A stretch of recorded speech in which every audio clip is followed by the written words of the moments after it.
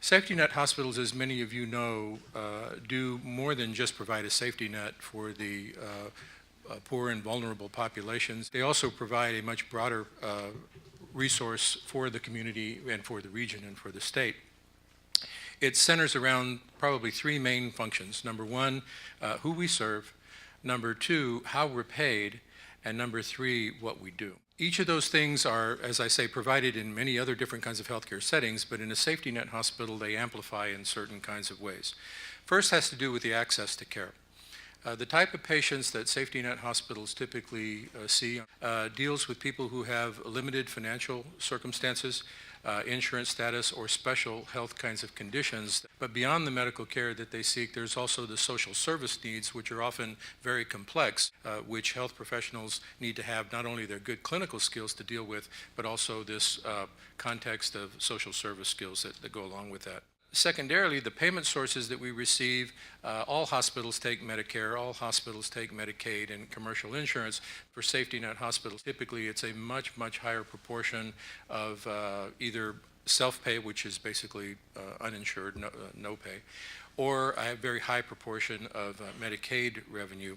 And so therefore we are very, very dependent on either federal regulations or the state and the condition of their Medicaid program and how they choose to fund that. Safety net hospitals also provide specialized critical services that you often don't find sometimes in community hospitals because they are very expensive, often are not very profitable, but there has been in safety net hospitals a history and a role, and in this case of Hennepin County Medical Center, more than 100 years of a role that has been there providing things such as training for physicians and non-physicians. We see more than 70,000 students a year, more than 220 medical postgraduate trainees, medical students, and so forth. In safety net hospitals, many times they are level 1 trauma centers dealing with the most critical conditions, and a lot of trauma comes not only from directly the cities, but often a high proportion of patients who come from rural areas where the trauma is a result of accidents in the farming and agricultural and forestry industries. Many times you find that safety net hospitals operate region or statewide burn centers, and certainly in our case and in the case of regions we have those. And a very special dedicated mission you find in safety net hospitals is usually to the acutely and persistently mentally ill, where we have a wide range of both out and inpatient services, community treatment services, connection with law enforcement to deal with things that sometimes initially appear to be criminal activities, and often we find out it's really behavioral. Minnesota has a nationwide reputation for leading in health reform and also health status. And when I was first approached about coming to Hennepin County Medical Center, it was an institution I had heard of, an institution that among health professionals was highly regarded, and a lot of conversation obviously going on at the national level about why can't the rest of the nation follow Minnesota's example and some of the things that we're doing. And I believe a large part of that has been the history and the tradition that existed in this state about the special coverage that it provided for its underserved populations and the role that the safety net hospitals played in collaboration with their not-for-profit private community hospitals as well. The loss of GAMC for Hennepin County Medical Center is a devastating one. $43 million in 2010 and $50 million in 2011. And that's 10% of our total operating revenue. To put that in perspective for you, most metro hospitals see about 3% of their revenue coming from GAMC, which is roughly $5 million or less. And it's not to say that that's not insignificant, but when you put that in the context of a safety net provider, it is catastrophic. It also represents a very unfair shift when the state has a significant alteration such as that, because the expectation would be that you could make it up from other payment sources, but there aren't that many private payment sources, so there's nobody to cost shift to. Last December, you may recall that there was an unallotment of $7 million that occurred, and then further in 2008, there was a funding reduction of $8 million by state reduction in payments. And between 2003 and 2005, the reduction had been $14 million in aggregate. As a result, in 2009, some of the things we did was to eliminate 200 positions that we had, pay freeze for non-union employees, unpaid days off for management and administrators.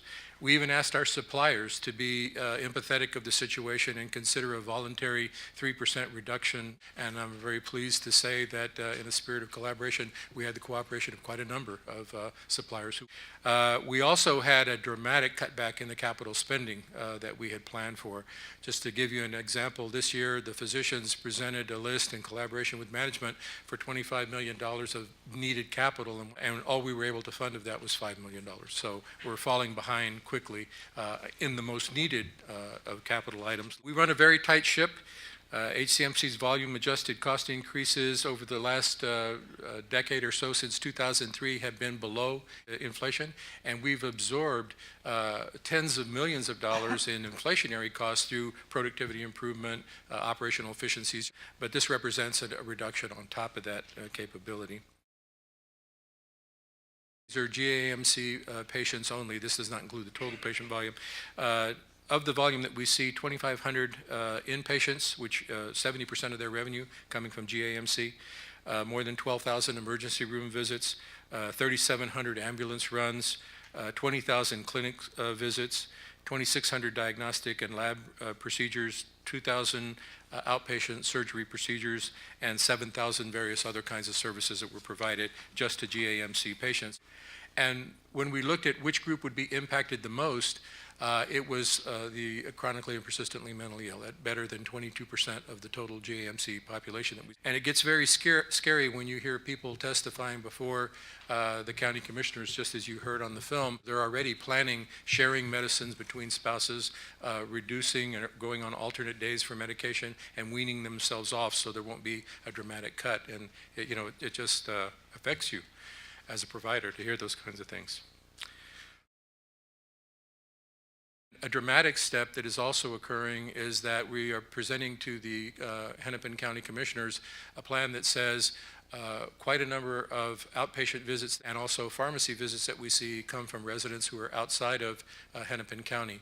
And at a time when the county commissioners are considering increasing the tax base to support the hospital during this reduction, it's an extra burden on Hennepin County residents to provide care for all of these other areas who have clinics and who have small hospitals but who don't have the scope or breadth of services to be able to take care of their residents. Other plans for 2010, we're looking at an additional 150 to 200 positions that we are going to be eliminating, and this isn't merely doing position freezes for open positions. It's actual work reduction in hours, flexing hours beyond what has already gone on, elimination of some existing positions, so that has an adverse impact on the economy and ironically results in more people without insurance. There will still be, even after all of these cost reductions that we have, supply reductions that we have, capital restriction on spending, program elimination, gating of clinics, a $25 million deficit that we anticipate next year. And that is certainly not a sustainable position for the future.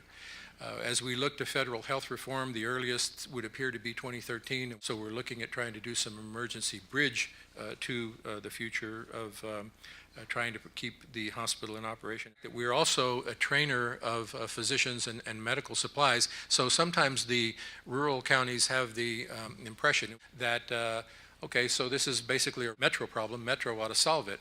But what they don't understand, 55 to 65% of the physicians who practice in rural Minnesota did part or all of their training at Hennepin County Medical Center, and that doesn't include the other health professionals that we train as well.